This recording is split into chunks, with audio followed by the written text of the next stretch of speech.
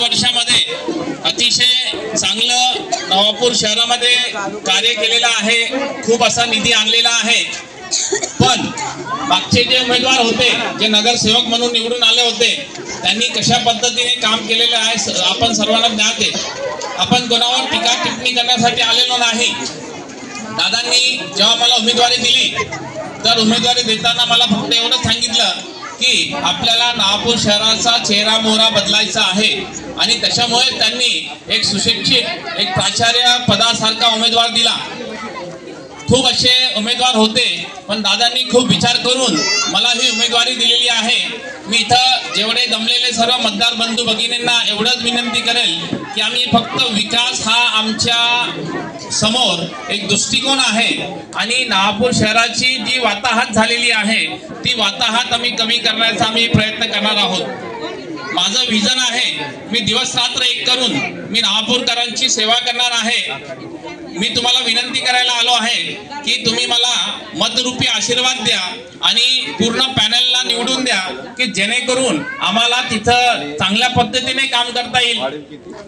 कारण नवापूर शहराचा आपण विचार केला तर नवापूर शहराचा रस्त्यांचा प्रश्न आहे, पाण्याचा प्रश्न आहे, रहदारीचा प्रश्न आहे, साफसफाईचा प्रश्न आहे, धुळीचा प्रश्न आहे। ही सर्व प्रश्न मार्गी लावायची आहेत आणि हे करत असताना आपल्याला तुमची साथ लागेल। याच्या अगोदर सुद्धा आपले जे नगरसेवक होते त्यांनी कशा पद्धतीने फक्त स्वतःच घर भरलेलं आहे तुम्हाला माहिती आहे।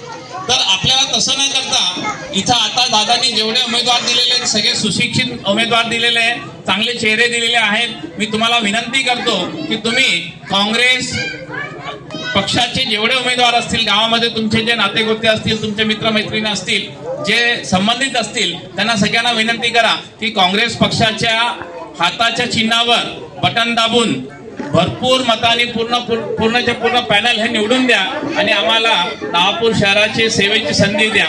मी 5 वर्ष तुमच्यासाठी बांधील असेल।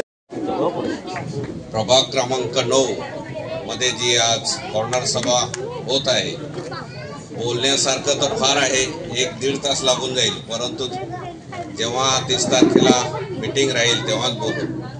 कारण आज बऱ्याच ठिकाणी 2-1 रॅली पण आहे, कॉर्नर सभा बी आहे, एका लग्नामध्ये बी जायचं आहे, त्याच्यामुळे काही जास्त बोलत नाही। परंतु नगराध्यक्ष पदासाठी भारतीय राष्ट्रीय काँग्रेसचे उमेदवार ज्यांनी आताच मार्गदर्शन केले ते दीपक जयस्वाल सर, दीपचंद जयस्वाल, ह्या प्रभागामधील उमेदवार आवडते आपले सर्वांचे बंधू चंद्रकांत नगराडेजी आणि आमच्या भगिनी कविताताई बेंद्रे, उपस्थित सर्वच मतदार बंधू भगिनींनो आणि काँग्रेस पक्षाचे वरिष्ठ आरिफभाई आहे, राजेशभाई आहे, सुधीर सर आहे, जालमसिंग दादा आहे आणि उपस्थित सर्वच ह्या वार्डातील माझ्या माता भगिनी, तरुण मित्र आणि पत्रकार मित्र, फोटोग्राफर, आपल्याला माहितच आहे की वार्ड नंबर 9 मध्ये नवापूर शहरामध्ये सुद्धा ह्या खरं म्हणजे 5 वर्ष, जेव्हा 5 वर्ष संपले, नगरपालिकेची निवडणूक, कोणत्याही संस्थेची निवडणूक किंवा इतर सर्व निवडणूक ह्या 5 वर्षांनी येत असतात। परंतु गेल्या 3 वर्षापासून आपल्या इथं नवापूर नगरपालिकेमध्ये प्रशासक हा नेमलेला होता आणि प्रशासक म्हटला की शासनाचा म्हणजे तिथे नगरसेवक वगैरे काही नाही, तर शासनाचा एक प्रतिनिधी म्हणजे त्या ज्या सरकार बसतं त्या सरकारचा एक प्रतिनिधी म्हणजे नवापूरचे सीओ म्हणून हे 3 वर्ष प्रशासक या नवापूर शहराला म्हणजे अशा संपूर्ण महाराष्ट्रामध्ये ह्या निवडणुका गेल्या 8 वर्षापासून हा लागत आहे आणि या निवडणुकीच्या निमित्तानं भारतीय राष्ट्रीय काँग्रेस पक्षाचे नगराध्यक्षाचे उमेदवार आणि नगरसेवकाचे उमेदवार यांच्या प्रचारानिमित्त आपल्याकडे आम्ही मतदान किंवा त्यांना निवडून आणण्यासाठी इथे आपल्याकडे आम्ही उपस्थित राहिलो आहे। आम्हाला माहीतच आहे की गेल्या 2-3 टर्म पासून आपण इथे एक उमेदवार निवडून देत आहेत, पण त्याला असं वाटतं की इथला भोई समाज असेल, इथला जो इतर समाज आहे किंवा मुसलमान, म्हणजे एकीकडे एका खिशात असं वाटतं की भोई समाज माझ्या ह्या एका खिशात आहे आणि दुसऱ्या खिशामध्ये मुसलमान मोहल्ला असेल की इतर सर्वच हे दुसऱ्या खिशामध्ये आहे, अशी गुंडाराज पद्धतीने इथे तो हे करतो आहे. आणि त्याला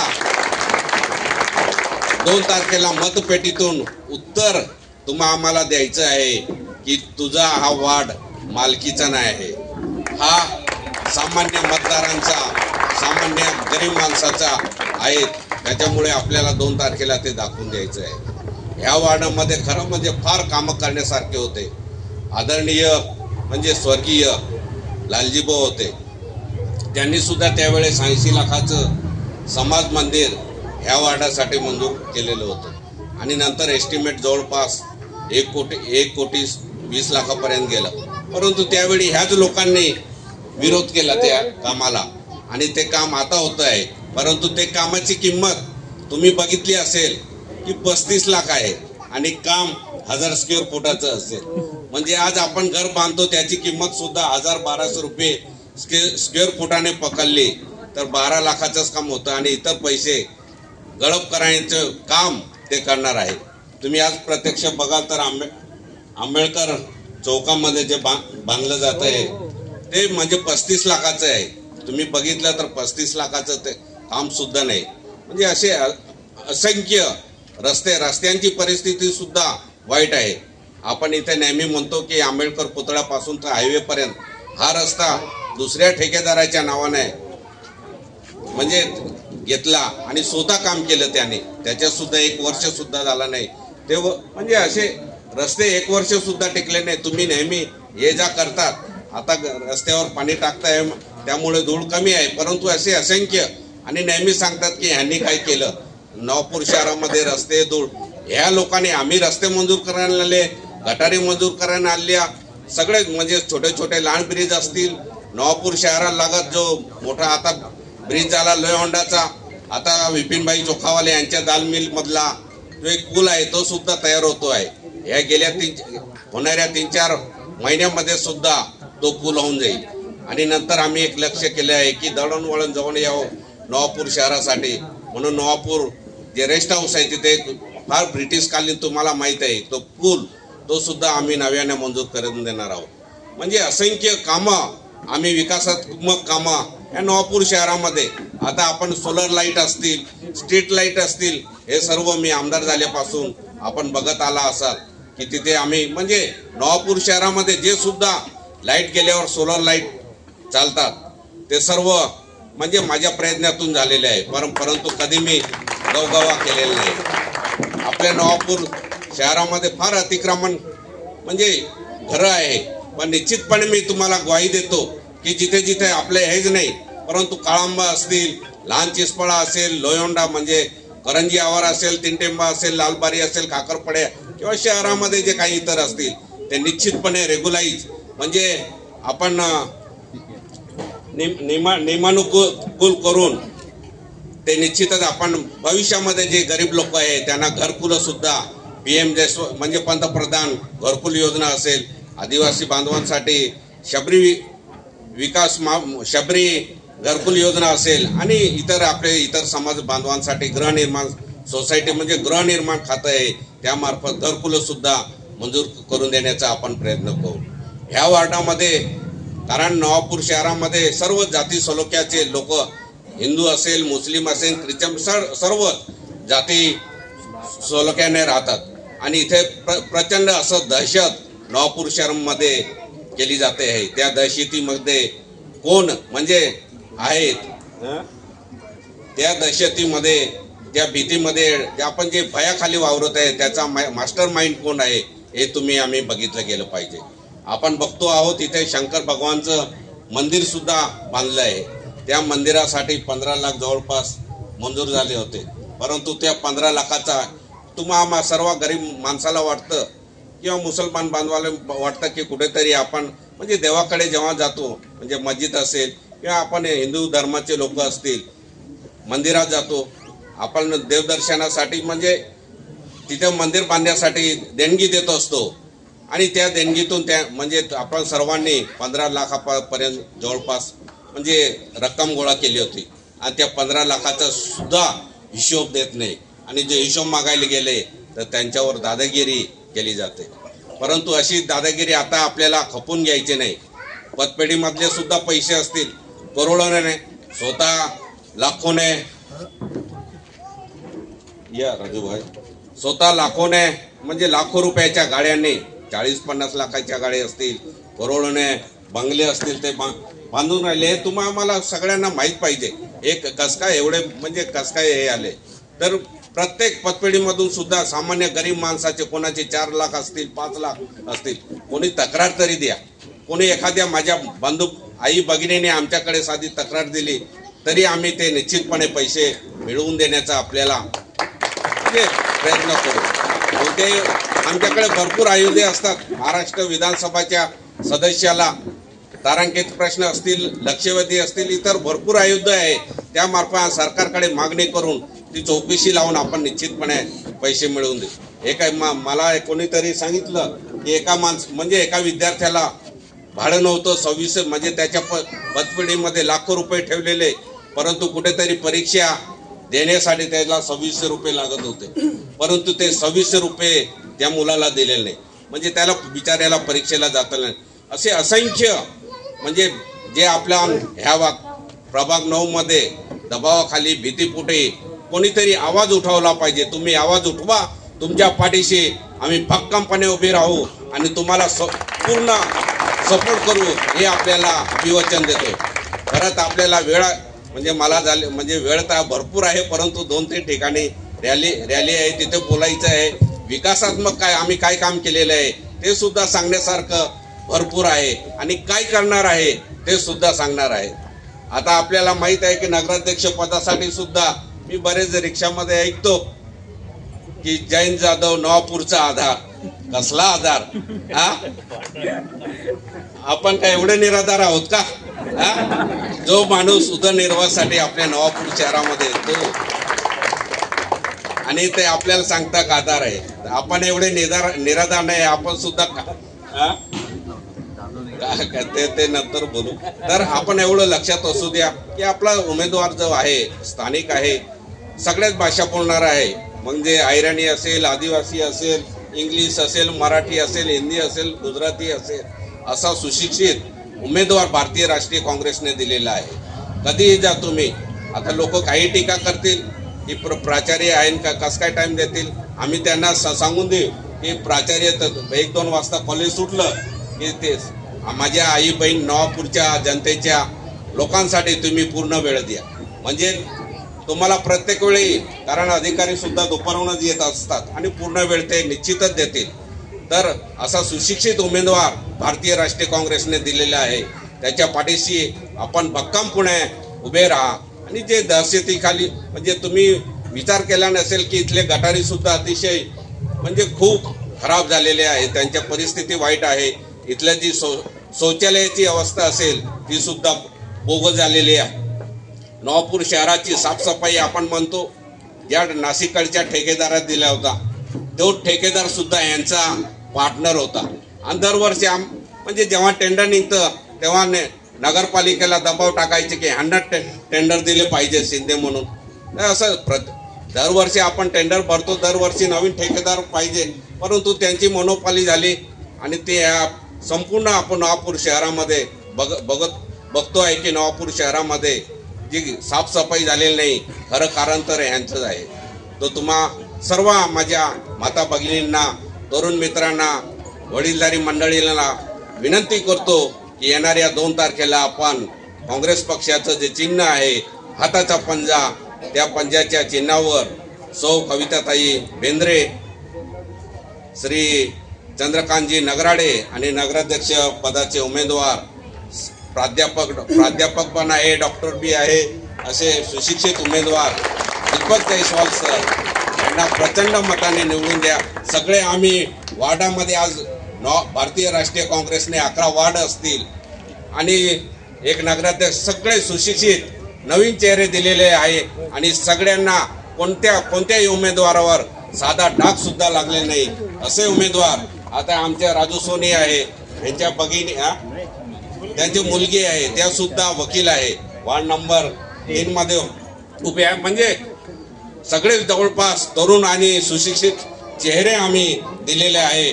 सामान्य जनतेशी नाळ जोपासून काम करणारे चेहरे आम्ही दिलेले आहे.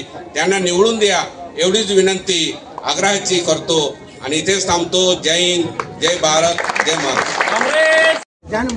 आपण या प्रभागातील प्रभाग क्रमांक 9 मधील सर्व मतदार बंधू भगिनींनी या मतदार संघातील जे काँग्रेस पक्षाचे उमेदवार आहेत, मी स्वतः उमेदवार चंद्रकांत शिवदास नगराडे आणि कविता ताई दिनकर बेंद्रे हे या प्रभागातून उमेदवारी करत आहे.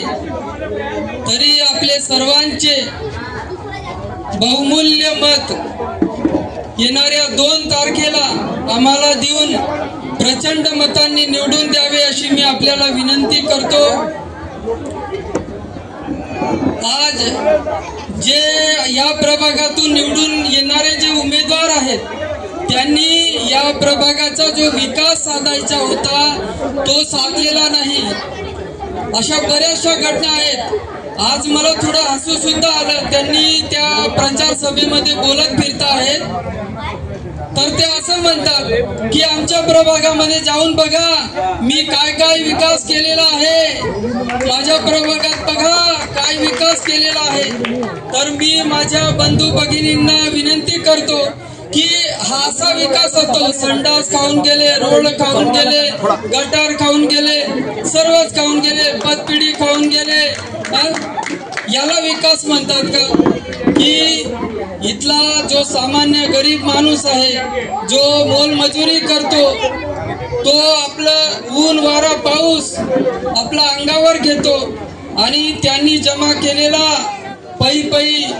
जमा केलेला पैसा पतपेढीमध्ये ठेवला आणि तो पैसा त्यांना जेव्हा गरज लागली, त्यांना जेव्हा गरज होती, त्यांच्या सुख असेल, दुःख असेल, दवाखान्यात असेल, कोणाला परीक्षेला जायचं असेल तर तेव्हा तो पैसा भेटला नाही, त्यांचा पैसा यांनी गायब करून दिला.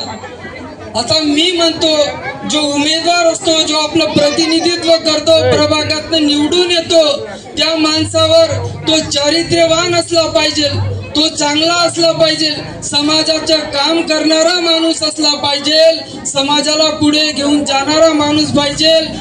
समाजाने त्याला जेव्हा निवडून दिलेलं असतं, प्रभागातून लोकांनी मतदारांनी जेव्हा त्याला निवडून दिलेलं असतं तर त्यांचे काम करण्यासाठी, त्यांचा विकास साधण्यासाठी, त्यांच्या सुख दुःखात सहभागी होण्यासाठी, का त्यांच्या जीवावर मोठे व्हायचं, त्यांच्या जीवावर मोठे होऊन मोठ्या मोठ्या बिल्डिंगा बांधायच्या आणि त्या बिल्डिंगा बांधत असताना सामान्य माणसाला, सामान्य माणसाच्या नरडीवर पाय ठेवून पुढे जायला बघतात. अशा उमेदवारांना तुम्ही निवडून देणार का माझे मतदार बंधू भगिनींनो? अशा लोकांना तुम्ही निवडून देणार का? जे दादागिरी करतात, जे लोक दादागिरी करतात, आपल्या सामान्य गरीब माणसांच्या जीवावर, त्यांच्या बहुमूल्य मतावर निवडून आलेले आणि आज ते असं सांगतात की भोई बी माझ्या खिशातच आहे, मुस्लिम बांधव बी माझ्या खिशातच आहेत, दलित बी माझ्या खिशातच आहेत. तर असं नाही चालणार. आपल्याला मतदान हे जे आहे लोकशाहीचं एक मोठं शस्त्र आहे. मतदानाचा एका झोपडीमधल्या माणसाला एकाच मताचा अधिकार आहे आणि टाटा, अंबानी, बिर्ला यांना सुद्धा एकच मत देण्याचा अधिकार आहे. तर मताचे मूल्य सेम आहे, मताचे मूल्य आपला हा अधिकार आहे. आपला जर राग तुम्हाला जर काढायचा असेल, या अन्याय अत्याचार करणाऱ्या लोकांना आपल्या जर धडा शिकवायचा असेल, तर त्यांना घरी बसवायचं असेल, तर येणाऱ्या 2 तारखेला 2 डिसेंबरला आपलं सर्वांगीण बहुमत या काँग्रेस पक्षाच्या दोघी उमेदवारांना आणि नगराध्यक्षाच्या उमेदवारांना असं 3 मतं देऊन प्रचंड बहुमतांनी निवडून द्यावे अशी मी आपल्याला सर्वांना आवाहन करतो. मित्रांनो, या लोकांनी ज्या आपण काय म्हणतो आता जो प्रतिनिधी असेल तो आपला असा असला पाहिजे, चारित्र्यवान असला पाहिजे. फक्त देखाव्यासाठी माझीच वाडी, माझीच गाडी, माझ्याच बायकोला सिल्कची साडी, आणि मग तो समाज काय बोंबलत जाय का? ज्या समाजाच्या नावावर तुम्ही निवडून आलेले आहात, ज्या समाजाने तुम्हाला एवढ्या मोठ्या पदापर्यंत पोहोचवलं, तर त्या मताचा तुम्ही आदर केला पाहिजे, त्यांना आपण सांभाळलं पाहिजे का? त्यांच्याच गाऊन घ्यायचे आणि त्यांच्याच वर दादागिरी करायची, तर असं चालणार नाही. आता तुमचं जे बहुमूल्य मत आहे, तुम्ही येणाऱ्या 2 तारखेला, आणि मी एक सांगतो तुम्हाला की भोई समाजाला याचे नेतृत्व करण्याची जी संधी भेटलेली आहे, तुम्ही स्वतःच्या पायावर उभ्या राहण्याची संधी भेटलेली आहे, ती तुम्ही या मतदानातून दाखवून द्या. तुमचा स्वतःचा प्रतिनिधी असेल, तुम्हाला दुसऱ्याच्या दारात जावं लागणार नाही. तुमचा प्रतिनिधी असेल, तुमचे काही बी काम असेल तर हे करतील. हे कविताताई बेंद्रे असतील, त्यांचे जे आहेत प्रतिनिधी, ते तुमचं काम करतील समाजात, आणि तुम्हाला अधिकार आहे. तुम्ही समाज म्हणून त्यांना प्रतिनिधित्व दिलेलं आहे. जर त्यांनी काम नाही केलं तर कान पकडायचे अधिकार बी तुम्हाला आहेत, कारण तुमच्या समाजाचा प्रतिनिधी म्हणून. आणि भोई समाजाचे एवढे मी उपकार आणि आभार मानतो, कारण की त्यांनी दुसऱ्या पक्षातनं, कुठल्याही पक्षातनं उमेदवारी घेतली नाही. हा फार मोठा तुम्ही सन्मान केलेला आहे. कारण की जर समजा इथं ग्रामपंचायत जर राहिली असती आणि सिंगल सीट जर राहिली असती तर सर्वांना मिळून तुम्ही दिलं असतं. पण आता कसं आहे, प्रभाग सिस्टीम आहे, आपल्याला सर्वांचीच मतं घ्यावे लागतात. आपल्याला मुस्लिम बांधवांची मतं पाहिजेत, आपल्याला दलित बांधवांची मतं पाहिजेत, आपल्याला तेडी, साडी, तंबोडी, कोडी, मोडी, भोई समाज या सर्वांच्या मतांवर आपण निवडून येणार आहे. एकटा समाज म्हणून आपण निवडून येणार नाही. तरी मी तुम्हाला विनंती करतो की तुमचं बोलावं तेवढं कौतुक करावं तेवढं कमी आहे, परंतु एवढंच लक्षात ठेवा, कारण की हा प्रतिनिधी भोई समाजाचा आहे आणि आपलं नाक आहे, आपलं नाक राखलं गेलं पाहिजे. प्रचंड असं त्याच्यासोबत असणारे जे नगराध्यक्षाचे उमेदवार आहे आणि मी स्वतः, आम्हाला प्रचंड मतांनी पूर्ण पॅनल टू पॅनलच चालवायचं. सर्वांनी 3 मतं पंजाला द्यायचे आणि प्रचंड बहुमतांनी निवडून द्यायचे आहे. एवढीच मी तुम्हाला या घडीला विनंती करतो. थांबतो. जय हिंद, जय काँग्रेस. काँग्रेस पक्षाचा, काँग्रेस पक्षाचा.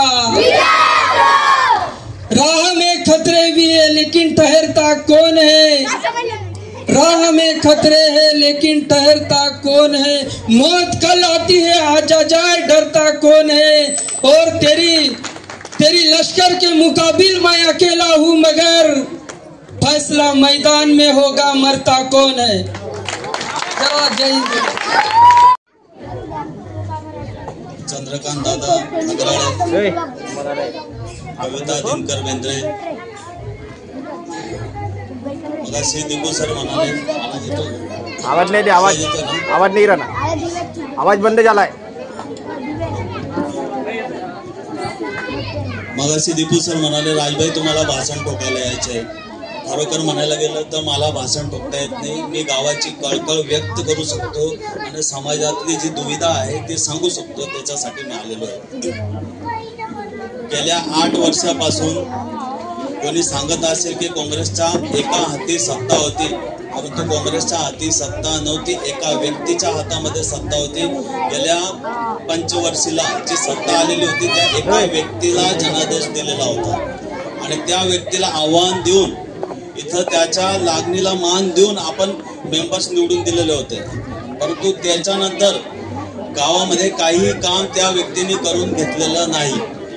अँटी इन्कम्बन्सी आहे असं म्हणत असतील तर माझं म्हणणं असं आहे की जे आमदार साहेब आहेत आपले, त्या आमदार साहेबांना आजपर्यंत इथं हस्तक्षेप करू दिलेलं नव्हतं. जर कोणी काम करत असेल तर काम करू दिलं नाही.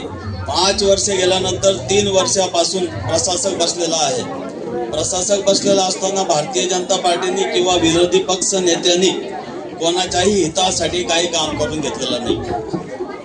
आपण सगळे संत भीमाबाईचे संतान आहोत, आपण सगळे बाबासाहेब आंबेडकरांचे संतान आहोत, आपण सगळे शिवछत्रपतींचे संतान आहोत. आपल्या ह्या गावामध्ये सांस्कृतिक वारसा असलेला असून सुद्धा आपल्या गावाला कलंक आहे. की आजपर्यंत 1983 पासून बाबासाहेब आंबेडकरांचा पुतळा आपण पूर्णाकृती करू शकलो नाही। आपला विरोधी पक्ष नेता असून सुद्धा आज आपण हे काम देखील करू शकलो नाही। आजपर्यंत शिवाजी महाराजांचा पुतळा आपल्या महाराष्ट्रात हा एक असा कलंकित तालुका आहे की तिथे शिवाजी महाराजांचा पुतळा नाही। माझी अशी विनंती आहे की जर आपल्याला रोजगारासाठी आणि विकासासाठी जर आपल्याला कोणाला हात द्यायचा असेल तर काँग्रेस पक्षाचा साथ द्या, काँग्रेस पक्षाच्या उमेदवारांना निवडून द्या। आदरणीय शिरीषदादा यांनी कोणाला गुडघ्याला अजूनपर्यंत कोणाला गुडघ्याला बाशिंग बांधलेलं नव्हतं। आदरणीय शिरीषदादा यांनी चांगल्या नावं निवडून घेतले आणि चांगल्या नावांवरती त्यांनी योग्य व्यक्तीला योग्य उमेदवार आणि योग्य उमेदवारासाठी योग्य वाट अशी त्यांची दूरदृष्टी आहे। येणाऱ्या काळामध्ये खूप चांगले कामं होणार आहेत।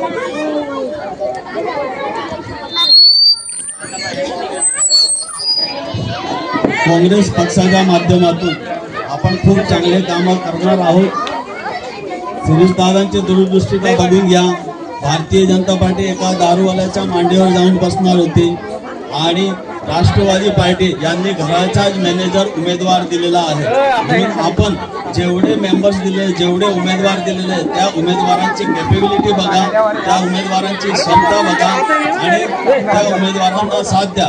चंदूभाऊ नगराळे हे गेल्या 20-25 वर्षापासून समाजामध्ये काम करत आहेत।